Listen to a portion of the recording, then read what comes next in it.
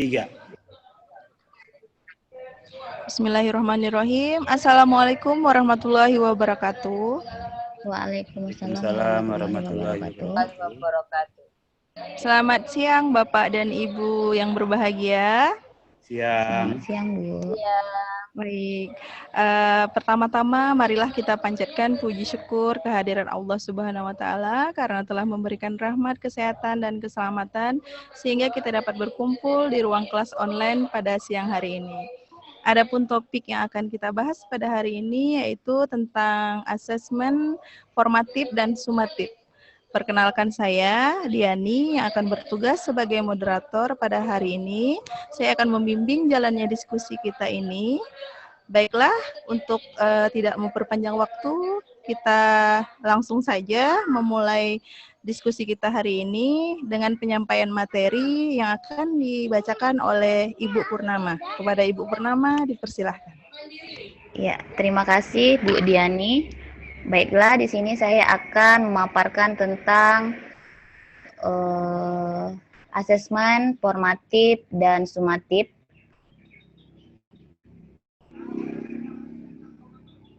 Lanjut, Pak. Asesmen formatif dan sumatif. Di sini ada beberapa paparan. Yang pertama, konsep asesmen formatif dan sumatif, kemudian bentuk asesmen, dan yang terakhir, umpan balik. Baiklah, Bapak Ibu, konsep asesmen formatif dan sumatif. Yang pertama, asesmen formatif.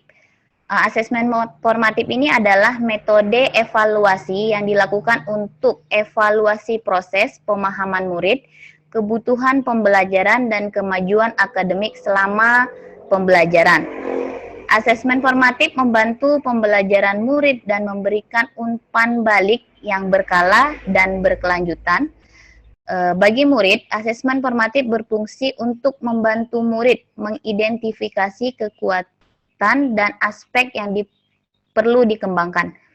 Bagi guru dan sekolah, asesmen formatif berfungsi untuk memberikan informasi mengenai tantangan apa saja yang dihadapi murid dalam proses pembelajaran proyek sehingga dukungan yang diperoleh itu dapat diterapkan.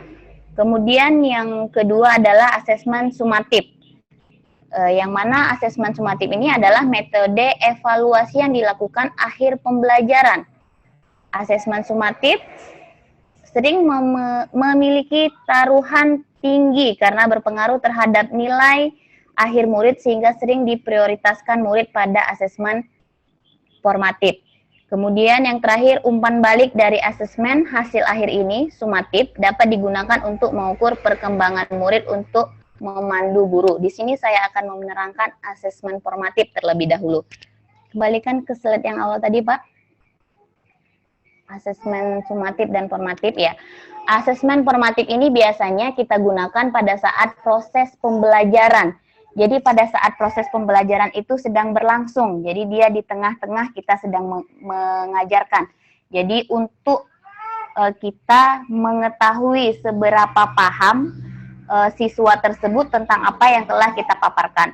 Sedangkan asesmen sumatif ini biasanya kita gunakan untuk akhir pembelajaran, misalnya tentang tugas atau bisa juga PR mungkin yang kita berikan, itu juga gunanya untuk memberikan skor, apakah murid tersebut sudah betul-betul paham atau masih rancu atau ragu tentang apa yang telah kita sampaikan tadi. Oke, lanjut Pak. Di sini ada 3 jenis asesmen dia bikin. Di sini ada asesmen S sebagai, for, untuk, of, terdapat. Dalam 3 bagian ini dia juga masih tetap termasuk ke dalam asesmen formatif. Yang pertama saya terangkan tentang S sebagai asesmen sebagai refleksi proses pembelajaran. Yang mana di sini sebagai refleksi itu adalah bagaimana cara kita untuk kembali merefleksi atau mengingatkan kepada murid-murid apa pembelajaran pembelajaran yang telah kita lalui dan yang akan kita mulai kembali. Kemudian 4 untuk asesmen untuk perbaikan proses pembelajaran, itu adalah di mana dalam pembelajaran tersebut kita di tengah-tengah pembelajaran tersebut kita kembali mengulang atau menanyakan kepada siswa atau peserta didik tentang apa yang telah kita sampaikan. Apakah mereka paham atau masih kurang paham, sehingga kita di situ bertanya, menanyakan apa yang mereka rasa kurang paham, di mana yang mereka anggap tidak dimengerti. Kemudian off terhadap asesmen sebagai evaluasi pada akhir proses pembelajaran, yang mana di sini itu adalah penugasan, asesmen penugasan yang kita berikan. Contoh, kita berikan pertanyaan, mereka akan menjawab atau akan merespon apa yang telah kita sampaikan tadi. Oke, lanjut Pak. Asesmen, ya. Penekanan pada asesmen formatif, fungsi asesmen formatif dan sumatif. S, for, and off. Yang mana S tadi dasarnya, for itu adalah tengah-tengahnya atau proses pembelajarannya, yang off adalah pencapaiannya, apa yang telah dicapai. Asesmen sumatif, pada kurikulum ini pentingnya guru diharapkan memberikan proporsi lebih banyak pada pelaksanaan asesmen formatif daripada menitik beratkan orientasi pada asesmen sumatif. Yang mana di sini kita tidak hanya berpatokan kepada akhir daripada proses pembelajaran tersebut. Jadi kita harus juga lebih menitik beratkan kepada prosesnya, bukan hasilnya. Kalau sumatif kan berarti hasilnya. Apa yang mereka peroleh, nilai A, B, seperti itu. Tapi kalau di formatif kita melihat prosesnya, bagaimana prosesnya. Kemudian asesmen formatif, harapannya ini akan mendukung proses penambahan kesadaran bahwa proses lebih penting dibandingkan dari hasil. Oke, Pak. Bentuk asesmen formatif dan sumatif. Di dalam asesmen formatif dan sumatif itu ada juga yang dia tertulis dan ada yang tidak tertulis. Di sini salah satu bentuk contoh asesmen yang tidak tertulis, yang pertama diskusi di kelas, yang mana mengembangkan kemampuan komunikasi murid di depan publik dengan menggunakan pendapat, melatih murid untuk belajar berdemokrasi, mendengarkan dan menerima pendapat orang lain yang mungkin berbeda dengannya, juga merespon pendapat tersebut dengan cara yang sopan dan simpatik. Berarti ini diskusi di dalam kelas. Kita juga mengajarkan kepada murid-murid bagaimana cara menerima saran atau tanggapan dari kawannya, sehingga kita tidak murid-murid tersebut tidak egois, tidak mementingkan, tidak merasa jawabannya yang paling benar. Yang kedua, drama, mengembangkan kemampuan seni peran dan berkomunikasi murid, mendorong murid untuk melihat sebuah masalah dari perspektif yang berbeda sehingga dapat menimbulkan jiwa empati, berpikir kritis pada murid. Jadi di sini yang drama ini mengembangkan kemampuannya. Jadi siswa tersebut bisa mengeksplor apa bakat dan minat mereka sehingga mereka bisa berkreasi dengan baik. Yang kedua, produk, membuat model miniatur 3 dimensi. Ini juga tentang kreativitas siswa, apa-apa saja yang mereka buat. Yang keempat, mengembangkan kemampuan. Mengembangkan kemampuan di sini. Mengembangkan kemampuan di sini adalah tentang potensi yang dimiliki oleh siswa tersebut. Kemudian tes lisan, kuis tanya jawab secara lisan. Berarti kita akan mengadakan kuis tanya jawab secara lisan kepada siswa dan kemudian siswa bisa merespon dengan baik. Lanjut, Pak. Abang, ya Allah, Abang nggak boleh kayak gitu. Bentuk asesmen formatif dan sumatif. Contohnya yang tertulis di sini ada refleksi. Refleksi ini melatih murid untuk berperan aktif dalam mengevaluasi pembelajaran mereka sendiri dan memikirkan bagaimana cara mereka dapat memperbaiki diri. Hasil refleksi ini dapat digunakan guru untuk melihat sesi lain proses pembelajaran murid.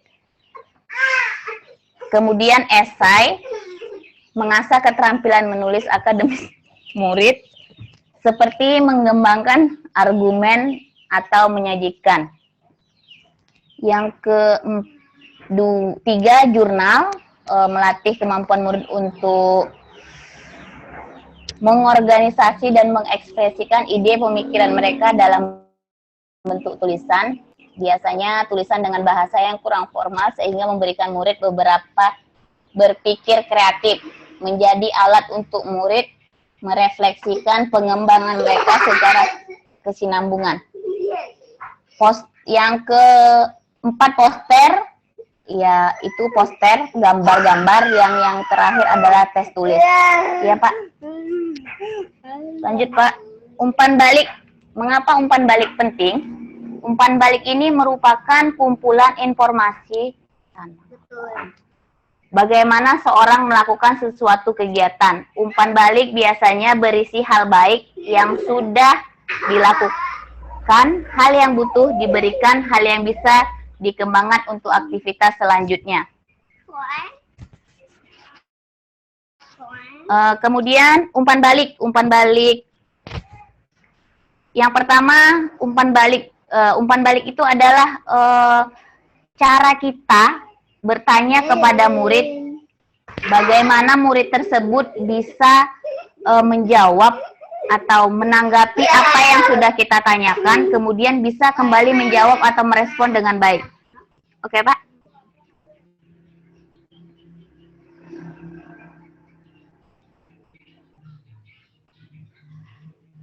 Leader of feedback, contoh praktik baik memberi umpan balik secara berjenjang. Yang pertama, klarifikasi, kemudian penilaian, perhatian, saran, dan apresiasi. Nah, di sini ada poin-poinnya. Mungkin saya akan menjelaskan sedikit saja apa itu klarifikasi, apa yang kamu maksud dengan yang pertama klarifikasi. Klarifikasi, kemudian penilaian, perhatian, saran, dan apresiasi. Oke, lanjut Pak. Oke, terima kasih. Mungkin hanya ini pemaparan dari saya, lebih dan kurangnya saya mohon maaf bila ada yang kurang baik atau kurang tepat, saya mohon koreksi, dan yang ingin bertanya ya saya persilahkan kembali kepada moderator untuk melanjutkan sesi tanya jawab atau sharing. Baik, baik teman-teman, kita telah mendengarkan pemaparan materi dari Ibu Purnamasari. Selanjutnya kita buka sesi tanya jawab. Baik. Suaranya Bu Diani tidak jelas. Oh, iya, tidak mohon kedengaran maaf. Nggak kedengaran ya? Halo? Kedengaran? Jelas, Bu. Dengar. Jelas, ya.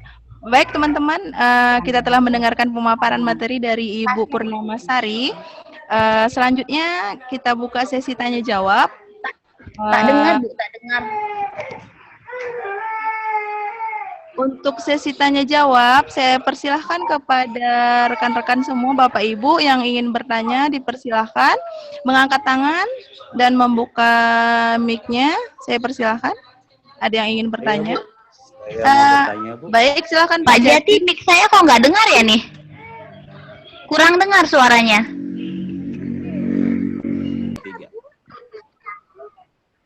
Oke Bu, saya mau bertanya tadi Ibu berkata bahwa jenis-jenis asesmen itu ada dua ya, ada yang tertulis dan tidak tertulis.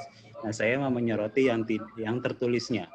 Kita selama ini dalam pembelajaran itu kan ada yang namanya atau ulangan harian ya, dalam satu semester tuh kita pasti melakukan beberapa UH.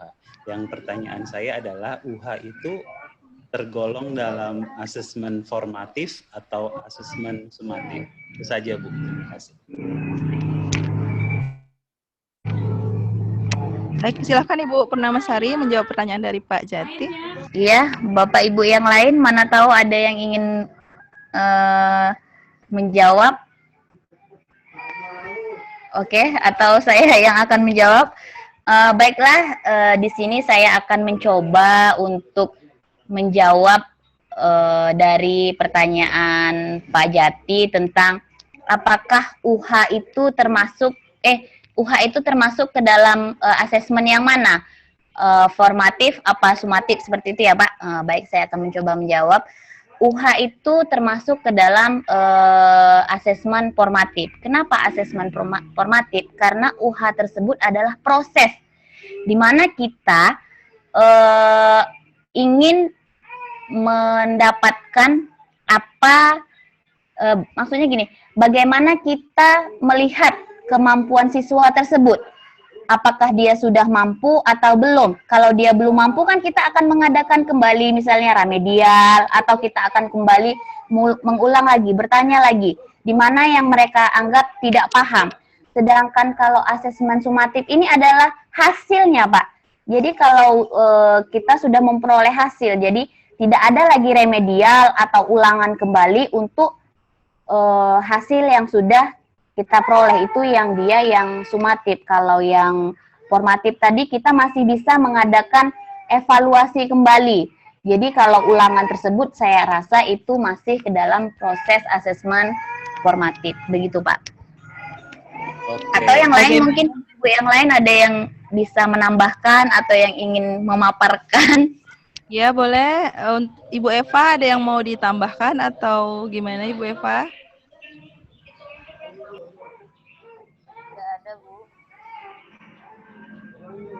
Pak Jati, ya Pak Jati gimana jawaban dari Ibu Purnamasari? Apakah sudah puas atau gimana? Saya rasa ya benar ya, karena ada proses di situ, proses nanti ada remedial dan pengayaan. Oke, saya puas dengan jawabannya. Terima kasih Bu. Sama-sama Baik, Pak. Baik, terima kasih Pak Jati. Selanjutnya, apakah ada yang masih mau bertanya atau menambahkan dengan materi yang disampaikan Ibu Purnama? Bagaimana teman-teman? Sudah sangat jelas Bu pemaparannya Bu. Sudah sangat jelas? Jelas sekali. Baik. Bagaimana materi kita hari ini? Udah cukup sampai di sini, ya Ibu Purnama? Ya, saya rasa dari saya mungkin hanya itu yang bisa saya sampaikan. Sudah cukup Bu Dian. Baiklah ya Bapak Ibu sekalian, kita sudah mendengarkan pemaparan materi dari Ibu Purnama mengenai asesmen formatif dan sumatif. Di sini saya bisa menyimpulkan perbedaan utama dari penilaian formatif dan sumatif itu, di penilaian formatif itu dilakukan saat proses pembelajaran berlangsung, sedangkan sumatif itu dilakukan pada akhir pembelajaran. Penilaian formatif itu bertujuan untuk mengetahui perkembangan penguasaan peserta didik dengan kompetensi yang sedang dipelajari, sedangkan penilaian sumatif itu bertujuan untuk mengetahui pencapaian belajar peserta didik dari pembelajaran yang sudah berakhir. Selanjutnya, penilaian formatif itu adalah hasil penilaian formatif itu tidak dipakai dalam penentuan nilai rapor, sedangkan hasil penilaian sumatif digunakan untuk menentukan nilai rapor, naik kelas, atau tinggal kelas, atau lulus dan tidak lulus. Mungkin